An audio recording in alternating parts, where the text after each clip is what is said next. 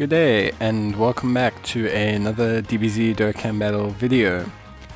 In today's video I'm going to be going through the Super Int category SBR against the Extreme Tech units.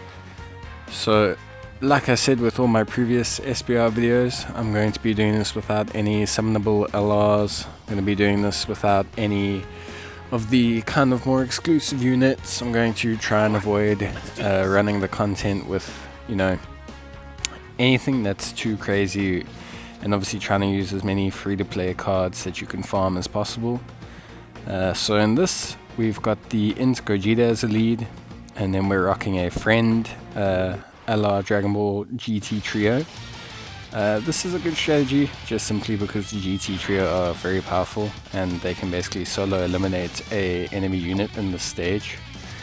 So yeah, when we take a look at this, our team idea, or the idea behind the whole thing, is going to be pretty much this GT trio like one-shotting whoever we need to kill. Yeah, that's pretty much the straightforward reply here. I'm just going to try and avoid using as many items as possible, obviously just show you guys how all the units tank and everything. I do find that Super Int stage is quite difficult, just in terms they can hit quite hard. I mean, this Goku's no slouch, but he can take quite a bit of damage. The nice thing about Goku is that he can stun, which is pretty helpful, and the GT trio do a crazy amount of damage, so they're going to not one shot, but they're going to pretty much do half health to these fights where we have 2 or more units. I mean 2 units or less. This Trunks, so I have only 1 dupe in this Trunks. If you've got more than 1 dupe, he's going to do really well. But he creates Int Orbs, which is super helpful. I've got the Gogeta here, and obviously he's the 120% lead. But the important thing to take note about Gogeta is that his super effective against all types is not that helpful in this stage. The main reason being that being super effective against types you already hold advantage over is not helpful. It's very similar to Guard. Units that have Guard as an ability aren't as useful in events where you're only fighting a singular type of enemy. It doesn't do anything. Guard basically treats it that every unit has disadvantage against you, but in these SBRs all the units already do have disadvantage against you. So just keep that in mind. Obviously I'm using him as 120% lead, so that's why he's there. And he does lower attack and defense, and he still does a decent amount of damage. He's getting an easy A on Japan, on JP, so he's going to come out looking much better. They're giving him some defense and increasing his attack and stats and everything. And like I said, he does lower attack and defense, so he's not a slouch when it comes to utility. He just doesn't have any defense, which means if you don't have a rainbow version or a 2-dupe version, he's going to struggle just even in this stage. Bulma is going to be put off rotation to go start with Goku. They make a great tanking pair together. I even use them in Extreme SBR together, so that just shows you how well they did together. And then we have the fortunate thing and the useful ability of this Goku. So this Goku, the important thing about him is this active skill, which I'll let play out here, just so you can hear it.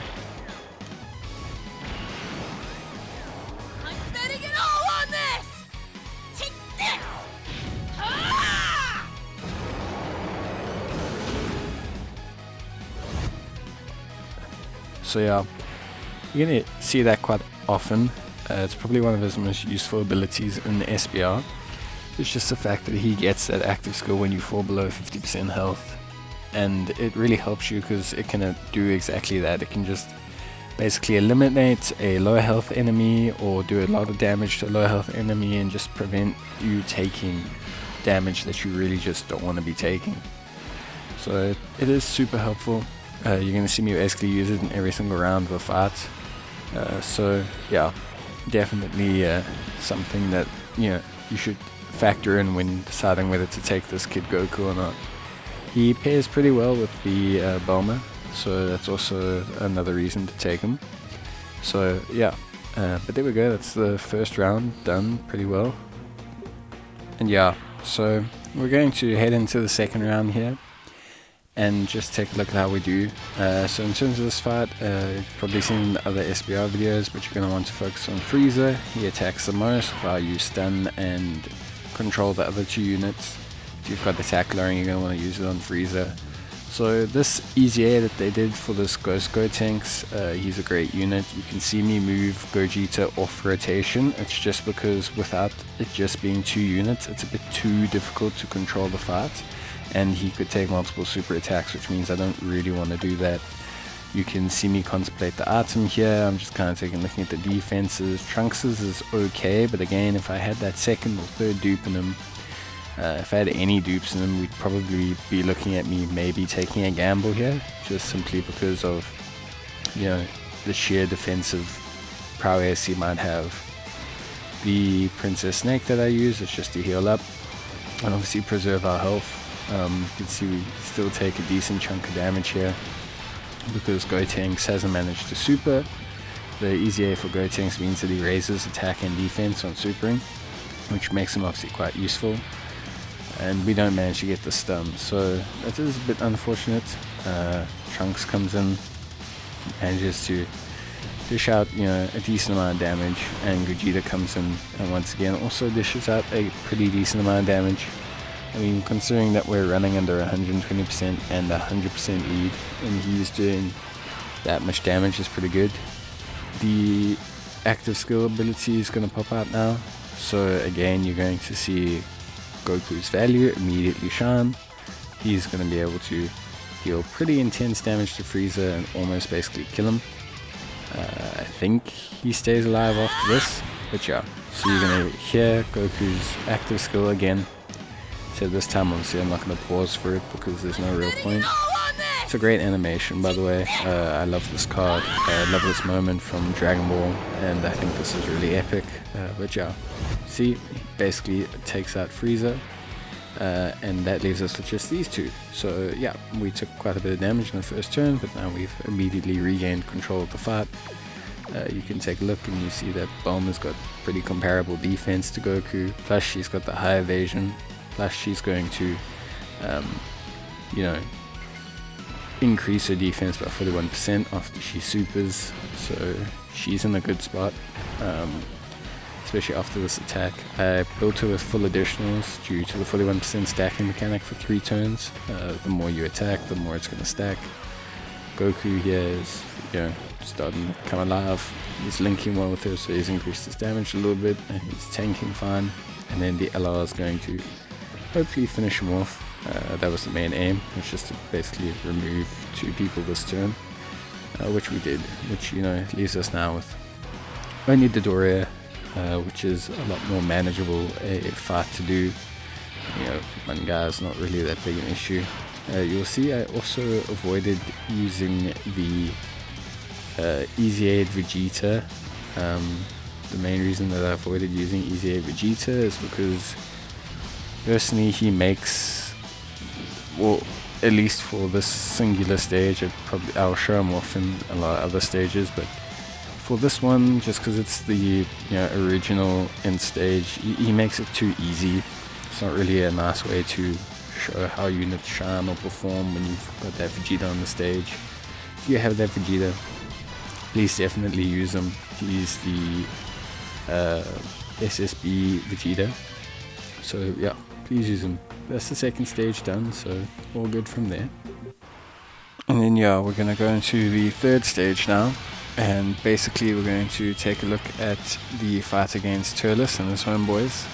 So yeah, here you kind of also similarly want to focus Turles because he attacks the most, but due to it being a like multi-character event, the chance of taking a super attack from every character in a turn is slim, but there's still a chance for it. Due to this, we want to try and thin the numbers as much as possible, and try and kind of reduce, you know, just the sheer amount of enemies that we're fighting.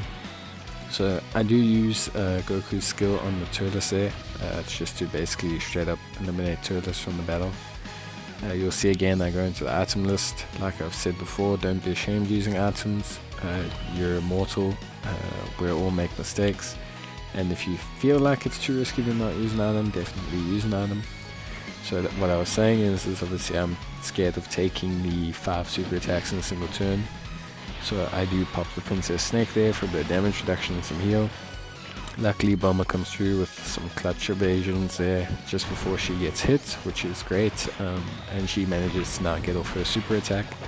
As I've explained before, this is really going to help her with raising her defense, so that's going to do a good job and just, basically allowing her to tank or take damage after the fact. And then that's removed Turles, so now we have the easier job of just getting rid of basically his homeboys and his teammates. If we take a look here, we've got the GT trio popping up, so that's really going to help with making sure that we do a lot of damage. You can see me here, I'm kind of contemplating what to do with the orbs. Unfortunately I couldn't really see a better way than giving it to Go Tanks, since there wasn't a lot of paths to choose or options to take. So yeah, but we're just going to systematically aim and take out all the guys. Trunks is here, so he's going to do some decent damage. Gave him the most orbs because obviously he stacks with the orbs. That just allows him to dish out some more damage, and he tanks okay with it, and I thought it would be a good call. The GT trio are going to finish off that ally, which is a little bit of a shame, because with such a high damage stat they probably would have solo killed another one. So I probably should have made them target another one. We would have got rid of 2 guys on this turn, but again, you can't really plan for these things, so that's just how the cookie crumbles. So here we're pretty set. Bowman's already supered, so she should be high enough on defense to not have to worry about anything, and we can just kind of roll through the motions on this turn. Again, her evasion comes in handy. That high evasion chance is just so helpful in these SBR events. Although she's not doing a lot of damage in this stage and in the extreme SBR where I use her, damage is not too much of an issue due to how squishy the units are. So it's more the evasion and the solid defense that are really going to help. Getting the seal with Giro, or Giru, whichever one you want to call them, on one of the units is super helpful. Just because it will limit us taking any surprise super attacks next turn. And yeah, we'll just really be able to control the fight a bit better and deal out attacks. As I've said before, you want to try and prevent getting the Dokkan attack with only like 2 or 3 people left. So that's kind of what I try to do with the orbs here, but because we're going through the fight really fast, I kind of had to just be careful with how many orbs I do get, because I also want to be able to get the orbs in the next turn to make certain that I can get the Dokkan attack on the first turn of the last fight rather than the last turn of this fight. But yeah, so it's a little bit difficult, but that's why I've shifted the GT trio into the second slot on the second rotation. Because I'm just preparing. But unfortunately there was no way to avoid the Dokkan attack here, so I end up getting it with Bomber, and we just basically have to use an entire Dokkan attack on the enemy that has half health. Because Bomber and Goku could not have any key, and I'd rather prefer to not break up the rotation.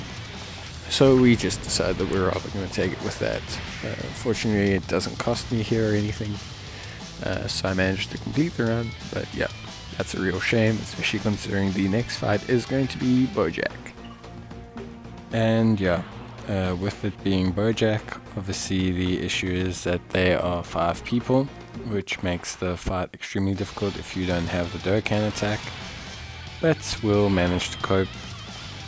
Obviously Bojack is the one we want to focus here, because he's the one that attacks the most, he has the most damage. So yeah, I pop another item here, because as I've explained before, if you're not certain about whether you're going to live or die, you definitely want to do as much as you can to prevent it. So I decide here's the best time to try and pair the GR the GT trio with Giru. Probably not the best call to do considering how many attacks Giru might take and how many people are left, but I thought it would at least allow us to take, the best of a bad situation with taking on Bojack, and I decided I was using an item anyway, so I thought I'd just keep him around to help seal and control the team. So Giru does admirably in terms of tanking, takes quite a bit of damage, but that's okay. As you can see, this is why I used an item, because if Giru hadn't dodged there, we would have taken 3 super attacks in a single turn, and that's just why you don't play around even in these base SBRs. It's just not something you want to do. So again, we're about to see the usefulness of Goku's active skill.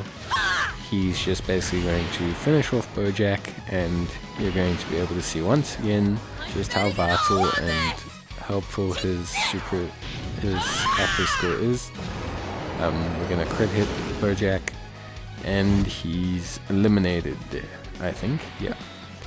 So there you go, Bojack gone, and then now we begin the same process of systematically eliminating the remaining units, depending on who's left and how much damage we're going to do and who's nuking who.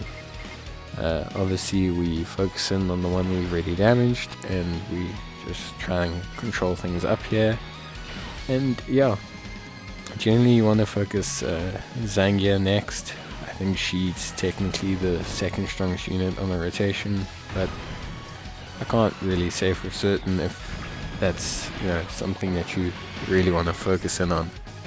So yeah, we just end up basically systematically removing all of them, and that's going to be this whole process wrapped up. Without Bojack there, the chances of us taking too much stray damage or anything like that is not going to be too heavy or hectic. The GT trio here will dish out a decent amount of damage to the remaining units and basically be able to solo kill them as well, which is also obviously super helpful. And as you can see, I'm not really too concerned about anything. I checked the GT trio's defense. They're sitting at about 80k with the support from Giru, which means they should be able to take that first hit, because they actually increase their defense after their super. It's pretty imperative. They increase it quite a bit. So as you can see, they're just basically soloing the event for me at this stage. Using these guys as the friend unit is one of the ways this tactic works, especially if you're low on units or you don't have actually any of the other super int options. It can also work with any of the other super int LRs. You can do the same thing with God Goku to a certain extent. You can do a similar thing with pretty much any LR option that isn't the free to play LR Bardock trio. And yeah, we've got one unit left, so this fight is over. It's done pretty well. I think the team works really well. Giru's free to play, Bulma's free to play, the Ghost Tanks is free to play, so it's all really good options here. Another good option is obviously the Peppy Girls, Ribrianne, who you can get with wish strips. So yeah, but yeah, easy victory, pretty good job, nice team selection, and yeah, thanks for watching the video, and I hope this helps, and yeah, let me know how your runs go, and I'll see you guys in the next video. But until then, cheers, and I hope you enjoyed this run. Cheers, thanks for watching, and bye.